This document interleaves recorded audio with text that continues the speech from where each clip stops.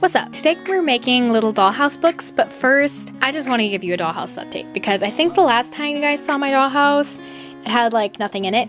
Now I have most of the rooms furnished. The bathroom is now fully furnished and has all the details I want. The kitchen's almost finished. It just needs more dishes. The living room is nearly done, but all my books are all over the floor because I haven't built them a shelf yet. I'm working on designing one, but I'm not sure if I want to put the shelves on the wall or make them able to move around by making myself a small bookcase. The bedroom is barely begun. I have all the furniture and I did make some lovely bedding. Okay, enough about dollhouse updates. Now we're gonna make doll books. The materials really depend on what kind of cover you want, so just pay attention as I go along and you'll see what stuff you need. The main one I'm gonna be making today is actually a Doctor Who River Song journal because I couldn't find a decent tutorial, so I thought I'd put it together myself. There's not gonna be a lot of instructions for the River Song journal, but you know, you're gonna see part of me making it anyway. The main thing you need to do first is figure out how big you want the book to be. You need to know how wide you want the spine and how big you want the cover of the book. I made my own little pattern pieces, but it doesn't really matter how big yours are. You can put the cover together first, which is what I normally do. I just used a lot of cardstock for my River Song journal and I distressed it a little bit with some blue and black paint, also a little bit of white. My River Song journal took me about 4 hours total since I actually put it together while I was watching The Two Towers. If you want, you can make easy covers by printing up a bunch of covers from the internet because that's what I did. What you want to do is search for the title of the book you want plus the words full cover because that'll get you the front, the back, and the spine. And if you're just planning to put a book jacket on top of it, you can just make a super simple cardstock or construction paper cover and just put the jacket on top of that.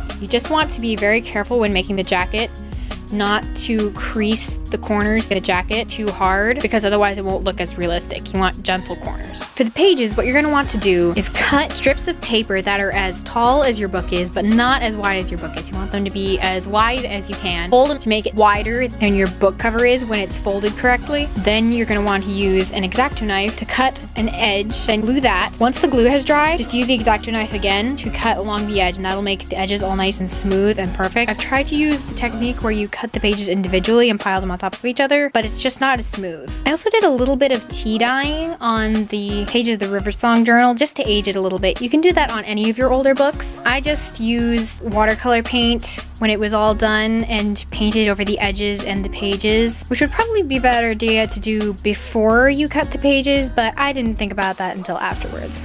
Once you have all the pages glued together, you can just glue the spine directly into the spine of your cover. And that's basically it. If you want to make an older looking book though, use really thick acrylic paint and paint it over. And then I put matte acrylic paint on top of that and it made the cover look really old and so awesome. To make it easier on yourself, if you just want to put book jackets on all your books, you can just buy books like this from Michael's and you can put the covers on top of them. That's what I did for my Lord of the Rings set because then they would be all consistent in size. Well, I think that's it for today. I hope this was clear. I think I meandered a little bit in my instructions, but I tried my best, right?